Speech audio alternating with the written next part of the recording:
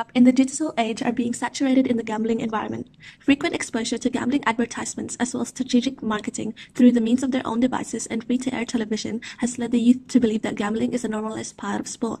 Parents and friends are a major role in influencing adolescents to risky gambling behaviors. It is fundamental for the health and well-being of the children and their families to develop and promote preventative strategies to eradicate the normalization of gambling within sports. This will encourage sustainable means of living and motivate self-determination for change. According to the Australian Productivity, 28% of problem gamblers in counselling identified that they began taking part in risky gambling behaviours before the age of 18. With the rise of technology in the digital age and thus the increased access to online world, the number of youth problem gamblers is set to increase. Studies found that 8 in 10 children in Australia owned a smartphone, 6 of them being able to access the internet through their phone.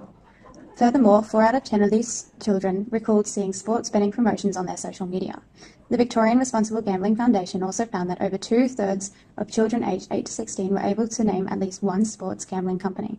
This is a significant public health problem, as it is the first ever generation to experience such high exposure to this risky behaviour, and thus current prevention strategies are failing to prevent the rapidly increasing number of youth problem gamblers in Australia.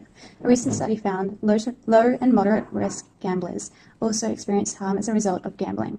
This means 6.4% to 16% of young people may be experiencing harm. Currently, gambling advertisements are subject to adhere to the Australian Association of National Advertiser Code of Ethics and the AANA Wagering, Advertising and Marketing Communication Code.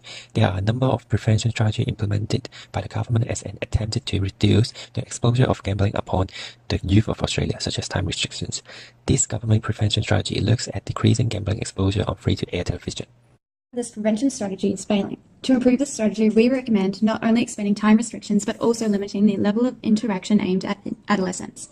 This includes celebrity endorsements, advertisements on social media, bright and colourful imagery, and the promotion of unrealistic outcomes. Look at the theoretical framework. What is it and why is it? Youth exposure to gambling advertisement during sport become problematic when children begin to normalize gambling as just a normal part of sport. These prolific advertisements normalize gambling through strategic marketing techniques. Second, what would happen if we don't stop advertisements of gambling or fail to properly equip the youth of today with educated decision-making when faced with gambling? Then Australia will begin to see a significant increase in problem gambling among the youth. Third, what should be done? Health promotion, education, and government intervention needs to be implemented in order to combat the implication of gambling. We need to expose children to the reality of gambling in order for their unrealistic expectation to change. Strategy is to form a team of young adults called Baby Bet. The aim of the program is to promote health and education around gambling in youth and end the normalization of gambling. Through a theatre show, the program will highlight the marketing techniques used in advertisements and bring awareness of gambling habits. Our program will reach out to the parents of the school through a parenting seminar. We will discuss the implications of gambling advertisements, thus helping parents acknowledge the implications of positive attitudes towards gambling, addressing risk factors, and promoting resources and health services to help with gambling problems. Our program emphasizes on awareness and education.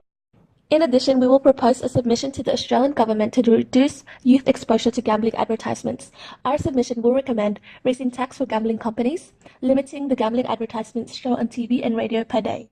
The public health values of sustainable development, self-determination, and health of the community is reflected in our proposed program. Gambling entails a multitude of health concerns, induces risky behaviour, and disrupts the development of family environment.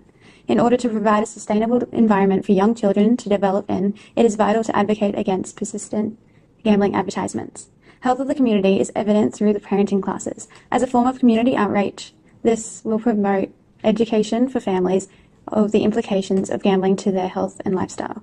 This new information will hopefully increase the safeguard and health and well-being of the community. Furthermore, self-determination is evident through the education. Education will potentially increase the self-determination of young people to help them make informed decisions that affect their lives. Help with the prevention programs. We will cooperate with Australian Gambling Council. This partnership is an important resource as it provides an expert vantage of gambling, increase the integrity of our strategy, and provide a wide scope of resources and services. Cooperating with youth sporting clubs will be significantly beneficial for our prevention strategy, as they work directly with children who engage in sports.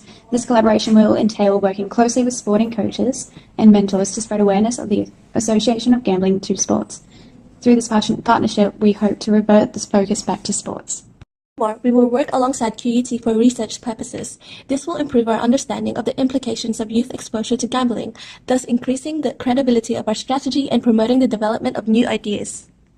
And the normalisation of sports betting through gambling promotions, then we can significantly reduce the number of child problem gamblers in Australia.